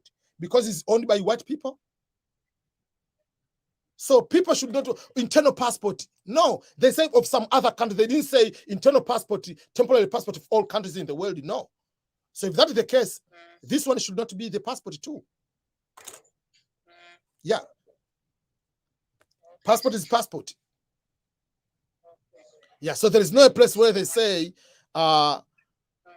temporary the passport which is given by your country on temporary basis is not. No. It's just expiration date is one year. That is the only difference. Yeah. Okay, thank you so much for your information because it was really disturbing me and I already applied this in it. Yeah. Don't worry, you win, you come to America. Okay, thank you. You're welcome.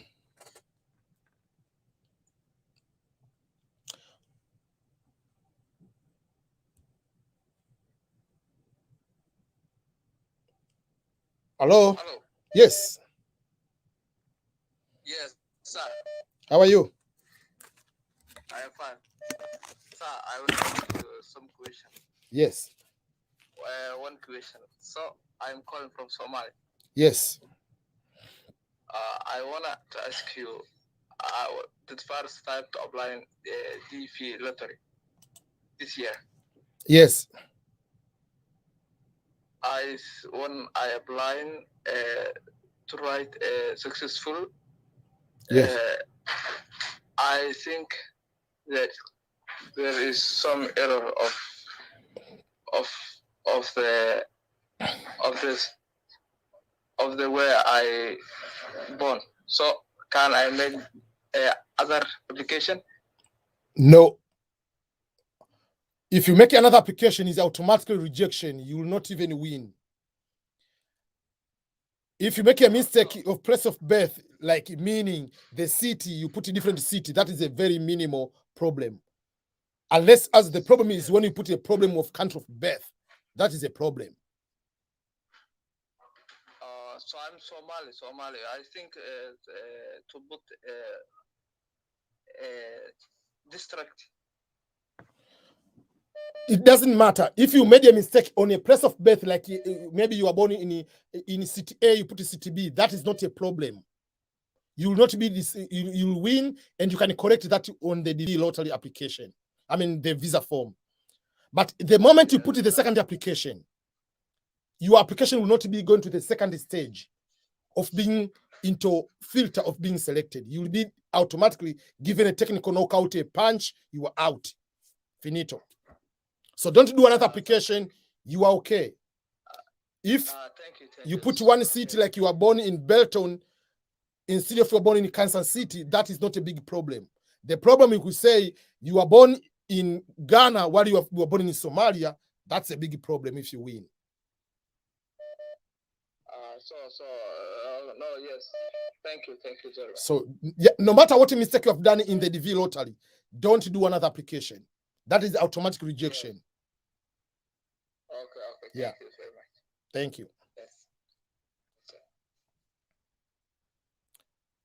Okay. Sorry, I have so many calls coming.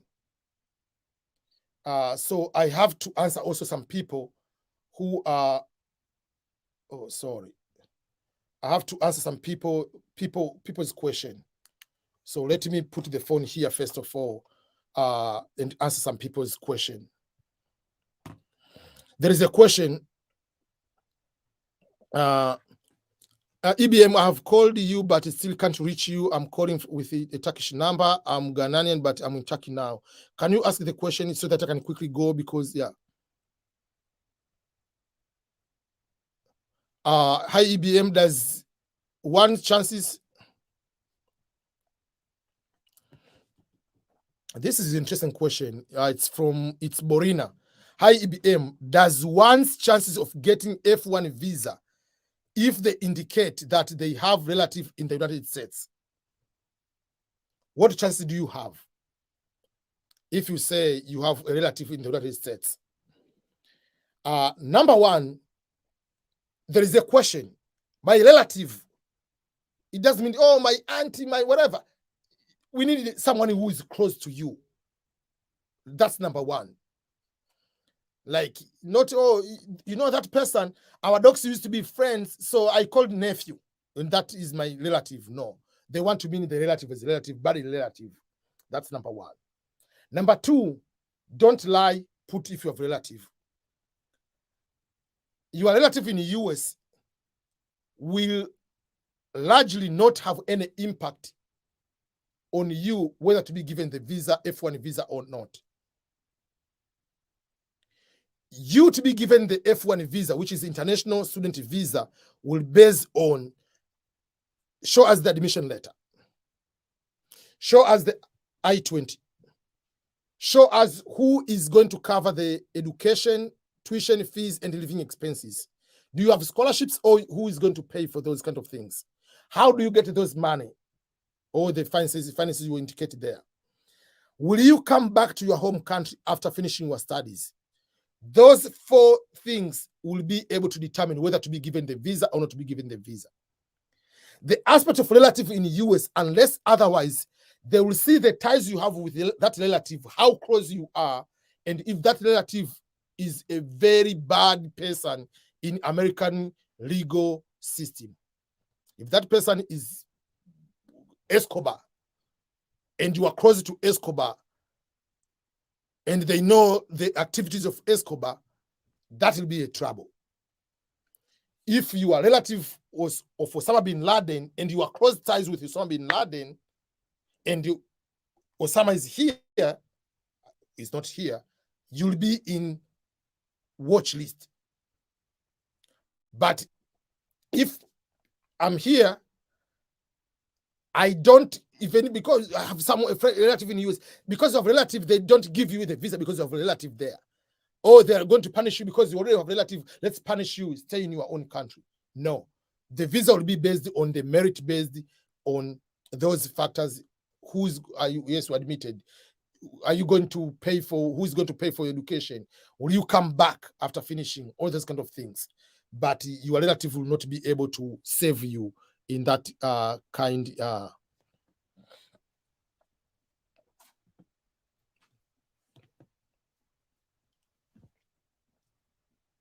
Okay. Okay, so now it is 7:38. I have to go and get ready to prepare the kids.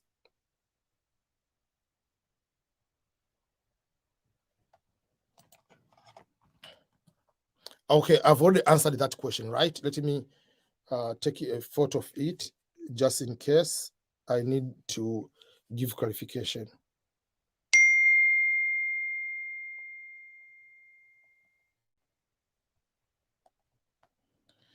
Okay, Okay, that was a text message to make sure that I'm going.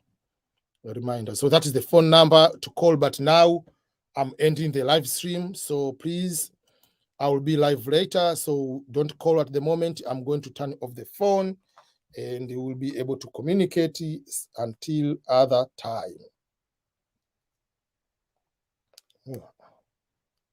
So turn it off. Okay, let me turn it off now. Okay, it's going to be off. So no calls at the moment until I go live again. Yeah, so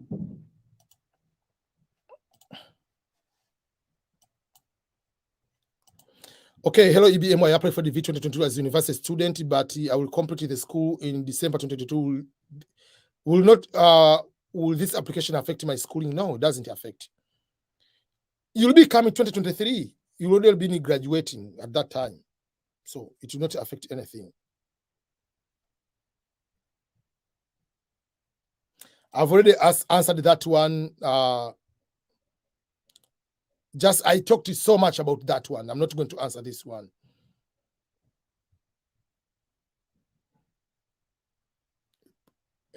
That is a valid passport. It's given by your government. Why you don't trust your own government? So let me end up with the live stream now. We'll come later. Okay. Bye-bye, everyone.